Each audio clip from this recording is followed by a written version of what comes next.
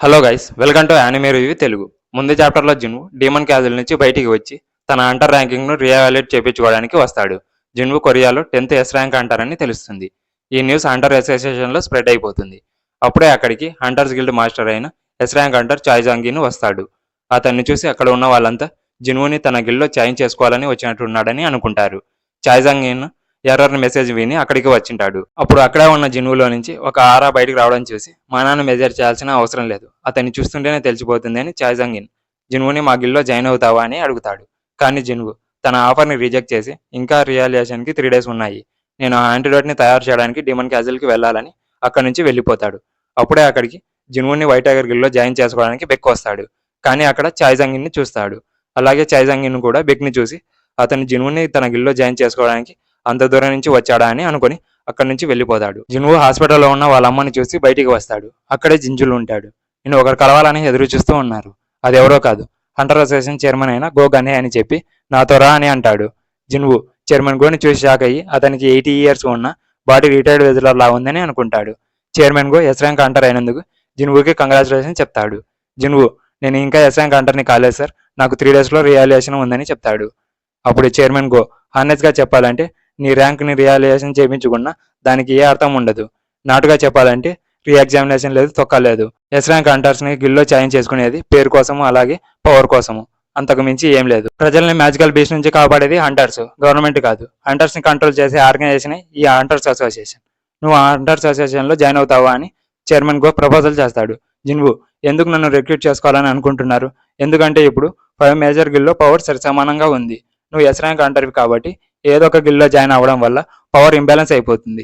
అప్పుడు హంటర్స్ని government authority ఒకటే control చేయలేదు, అందుకే ఈ హంటర్ అసోసియేషన్ ఉండేది. వాళ్ళలో మ్యాజికల్ బీస్ ఒకటి మాన్స్టర్స్ కాదు, హంటర్స్ కూడా మాన్స్టర్సే అని చెప్పి ఇప్పుడు నీ డెసిషన్ ఏంటో చెప్పు అని అంటాడు. జిన్వు ఇది మంచి ఆఫర్ లాగే ఉందని అనుకుంటాడు. ఎందుకంటే చైర్మన్ గోకి హంటర్స్ అసోసియేషన్లో, గవర్నమెంట్లో, పాలిటిక్స్లో అలాగే ప్రెస్లో చాలా బాగా ఇన్ఫ్లుయెన్స్ ఉంది.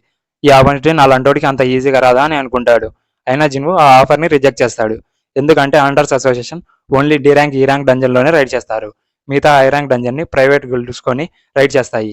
ఒకవేళ నేను హంటర్స్ అసోసియేషన్లో జాయిన్ అయితే ఆ డి ర్యాంక్ ఈ ర్యాంక్ డంజన్ని క్లియర్ చేసిన తను డెవలప్ కాలేడని బాగా ఆలోచించి ఆ ఆఫర్ని రిజెక్ట్ చేస్తాడు. నేను ఒక హంటర్ ఉండాల్సింది డంజన్లోనే, బయట కాదు అని చెప్తాడు. అది విన్న చైర్మన్ గో నాకు 10 years ఉన్నప్పుడు నేను తనలా యంగ్ హంటర్ సైడ్ ఫైట్ చేసేవాడినని తన పాత రోజులు గుర్తు తెచ్చుకుంటాడు. జిన్వా ఒకటి ఇంటి దగ్గర ఉందని చెప్పి అక్కడ నుంచి జిన్వు ఇంటికి వెళ్తాడు. వెళ్ళగానే హంటర్స్ యాక్షన్ మార్కెట్లోకి వెళ్ళి ఒక ఐటమ్ కోసం వెతుకుతూ ఉంటాడు. ఎందుకంటే జిన్వు డీమన్ క్యాజిల్లోకి వెళ్ళినప్పుడు ఆ క్యాజిల్లో ఎక్కడ చూసినా ఫైరే. ఆ ఫైర్ నుంచి ఏం కాకుండా ఉండడం కోసం అలాగే డీమన్ క్యాజిల్లో ఒక్కో ఫ్లోర్ని క్లియర్ చేసి వెళ్తూ ఉంటే హీట్ కూడా పెరుగుతూ పోతుంది. దానికోసం ఐటమ్ని వెతుకుతూ ఉంటాడు. కానీ ఆ ఐటమ్ చాలా ఎక్స్పెన్సివ్గా ఉంటుంది.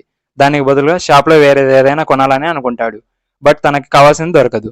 ముందు చూసిన ఐటమ్ని కొనాలని అనుకుంటాడు. మనీ కోసం ఆ డీమన్ క్యాజిల్లో దొరికిన ఆర్ట్ని మార్కెట్లో అమ్మితే చాలా మనీ వస్తుందని అనుకుంటాడు.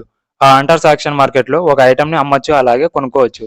అలాగే ఆ మార్కెట్ యాక్షన్ ఆన్లైన్లో అలాగే ఆఫ్లైన్లో కూడా జరుగుతుంది. ఆ ఐటమ్ ఇల్లీగల్ ఐటమ్ అయినందున అలాగే ఈ ర్యాంక్ హంటర్కి ఇంత పవర్ఫుల్ ఐటమ్ ఎలా దొరికిందని అనుకుంటారు. నాకు ఎస్ ర్యాంక్ హంటర్ లైసెన్స్ వచ్చేదానికి టైం కూడా పడుతుంది. సో ఎవరైనా ఏ ర్యాంక్ గేట్ వాళ్ళు లో ర్యాంక్ హంటర్స్ని అఫీషియల్గా జాయిన్ చేసుకుంటే బాగుండు అని అనుకుంటూ ఉంటాడు. అప్పుడు జిన్వు మైనింగ్ టీం వాళ్ళు లో ర్యాంక్ హంటర్ని రిక్రూట్ చేసుకోవడానికి వెతుకుతూ ఉండడం చూసి ఆ టీంలో జాయిన్ అవ్వడానికి అప్లికేషన్ పెడతాడు. ఆ నెక్స్ట్ డే జిన్వు మైనింగ్ టీంలో జాయిన్ అవుతాడు. అక్కడ చాలా టీమ్స్ ఉంటాయి. అవి ఏంటంటే మైనింగ్ టీము, హాలింగ్ టీము అలాగే హంటర్స్ టీమ్స్ ఉంటాయి. ఫస్ట్ హంటర్స్ డంజన్లోకి వెళ్ళి డంజన్ బాస్ని తప్ప మ్యాజికల్ బీస్ట్ అన్నింటినీ చంపేస్తారు. నెక్స్ట్ మైనింగ్ టీం వాళ్ళు క్రిస్టల్స్ని కలెక్ట్ చేసుకుంటారు. అలాగే హాలింగ్ టీం వాళ్ళు బీస్ట్ కార్ప్స్ని కలెక్ట్ చేసుకొని బయటికి వచ్చిన తర్వాత హంటర్స్ గ్రూప్స్ డంజన్లోకి వెళ్ళి బాస్ని చంపేస్తారు. అలా ఎందుకు చేస్తారంటే డంజన్ బాస్ని చంపేస్తే ఆ డంజన్ గేటు క్లోజ్ అయిపోతుంది. అలా జరిగితే క్రిస్టల్స్ని ఎలా బయటికి తీసుకొస్తారు? దానికోసం డంజన్ బాస్ని చంపకుండా ఫస్ట్ బీస్ట్ని చంపి దాని తర్వాత మైనింగ్ హాలింగ్ టీంని పంపిస్తారు. దాని తర్వాత డంజన్ బాస్ని చంపుతారు. జిన్వు ఏ డంజన్లో మైనింగ్ చేయడానికి వచ్చాడో అదే డంజన్ని హంటర్స్ గిల్డ్ అయిన చాయ్జాంగిన్ టీము రైడ్ చేస్తుంది. ఆ టీంలో చాయ్జాంగిన్, వైస్ కెప్టెన్ అయిన చాహయిన్ అలాగే టీం మెంబర్స్ అందరూ ఆ డంజన్లో ఉన్న మ్యాజికల్ బీస్ట్ అన్నింటిని చంపి బయటికి వస్తూ ఉంటారు. అప్పుడే మైనింగ్ టీం లోపలికి వెళ్తూ ఉంటారు. చాహయిన్ ఆ టీంలో స్ట్రాంగ్ ప్రజెంట్ని ఫీల్ అయ్యి అక్కడ చైర్మన్ గో ఉన్నాడని అనుకుంటుంది.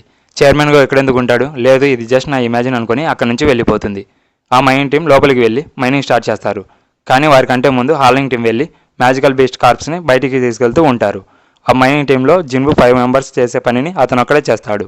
కొంచెంసేపటి తర్వాత మైనింగ్ టీం వాళ్ళు లంచ్ చేయడానికి వెళ్తారు. కానీ జిన్వు లంచ్కి వెళ్లకుండా పని చేస్తూనే ఉంటాడు.